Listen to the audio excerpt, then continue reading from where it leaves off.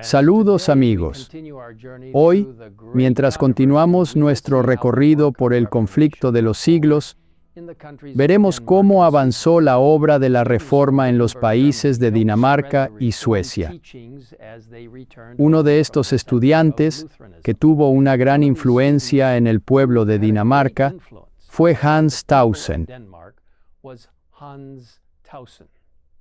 Hijo de un campesino, quedó claro desde el principio que Hans era muy inteligente. Anhelando una educación pero incapaz de permitirse tal lujo, Hans entró en un claustro, donde ganó el favor de su superior. Se vio que este joven estaba lleno de promesas y sería un gran activo para la Iglesia romana. Los frailes decidieron brindarle una educación de su elección en cualquiera de las universidades de Alemania o los Países Bajos, con una excepción: no debía ir a Wittenberg, donde se temía que pudiera ser envenenado por la herejía. Tausen fue a Colonia, uno de los bastiones de la Iglesia romana, pero pronto se disgustó con el misticismo que se practicaba allí. Casi al mismo tiempo, se topó con los escritos de Martín Lutero y los leyó con asombro y deleite. Anhelaba estudiar con el gran reformador y discretamente se matriculó como estudiante en Wittenberg. Al regresar a Dinamarca, Tausen volvió a su claustro. Nadie sospechaba aún que se había convertido al luteranismo, por lo que comenzó a compartir en voz baja lo que había aprendido de la Biblia. Eventualmente, sin embargo, sus enseñanzas no pudieron ocultarse. Cuando el fraile se enteró de lo que estaba haciendo Tausen, se llenó de ira y de inmediato lo envió a otro monasterio, donde Tausen fue preso en una celda. Pero los barrotes fuertes no pudieron impedir que Tausen compartiera su fe. Incluso ahí, compartió con sus compañeros un conocimiento de la verdad bíblica. Pensando en deshacerse de este alborotador, los superiores lo expulsaron del monasterio, pero eso solo liberó al reformador para difundir más la verdad. Se acababa de emitir un edicto real para proteger a los seguidores de las doctrinas reformadas, y Tausen, junto con otros, comenzó a predicar la verdad bíblica en las iglesias de todo el país. El Nuevo Testamento, traducido al idioma danés, circuló ampliamente y, en poco tiempo, todo el país de Dinamarca declaró su aceptación de la fe reformada. La influencia de las enseñanzas de la Reforma de Wittenberg también se sintió en el país escandinavo de Suecia. Dos líderes de la Reforma sueca, Olaf y Laurentius Petri, hijos de un herrero, estudiaron con Lutero y Melanchthon, y estos hermanos estaban ansiosos por enseñar las verdades que habían aprendido. Olaf llegó a la gente a través de su celo y elocuencia, mientras que Laurentius, como Melanchthon, era erudito, reflexivo y tranquilo. Ambos hermanos eran estudiosos de la Biblia y ambos tenían un valor inquebrantable para promover la verdad. Pronto, sin embargo, se sintió la oposición papal cuando los sacerdotes católicos incitaron a la gente supersticiosa y Olaf a menudo era atacado por una turba enfurecida. Afortunadamente, sin embargo, estos reformadores fueron protegidos por el rey, que favorecía las enseñanzas protestantes y se permitió que los hermanos continuaran predicando.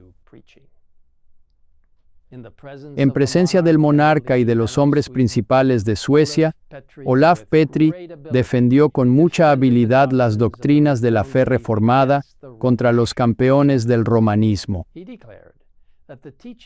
Él declaró que las doctrinas esenciales de la fe están expresadas en la Biblia de un modo claro y sencillo que todos pueden entender.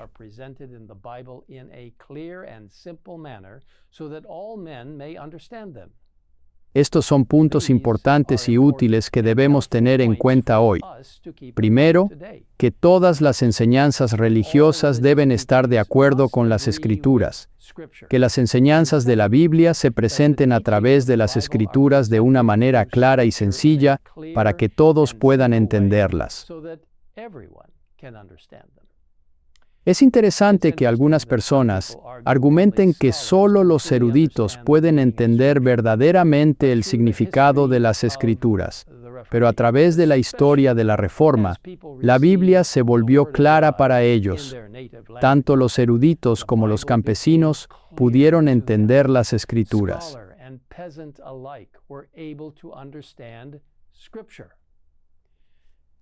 Como resultado de la presentación de Olaf a la corte real, el rey de Suecia aceptó plenamente la fe protestante y poco tiempo después, la Asamblea Nacional se pronunció a su favor.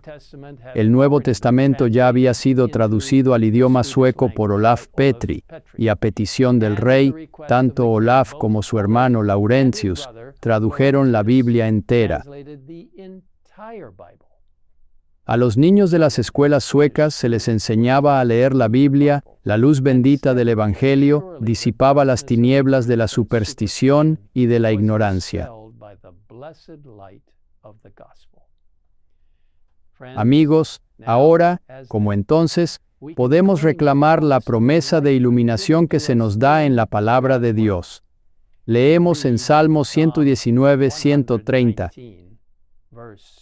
La exposición de tus palabras alumbra, hace entender a los simples. Permitamos que la luz de la palabra de Dios brille en nuestros corazones cada día, mientras la leemos y le pedimos guía. Les invito a orar conmigo ahora mismo. Padre Celestial, muchas gracias por el poder de tu palabra, la palabra clarificadora de Dios. La esclarecedora palabra de Dios, tus palabras del mismo cielo, viniendo a nosotros para darnos valor y esperanza, instrucción e iluminación. Señor, te pedimos que nos ayudes tal como hiciste con los reformadores, para compartir esta palabra con otros, incluso con personas de todo el mundo. Y sí, en nuestro propio vecindario, ánimo para el futuro, porque sabemos que Jesús viene pronto. Y en estos últimos días de la historia de la tierra, nos pides que proclamemos estos preciosos mensajes bíblicos para llevar esperanza y aliento a todos aquellos que hoy están confundidos. Gracias por escucharnos en esta oración y de nuevo, gracias por la palabra de Dios.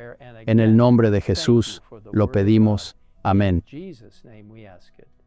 Amen.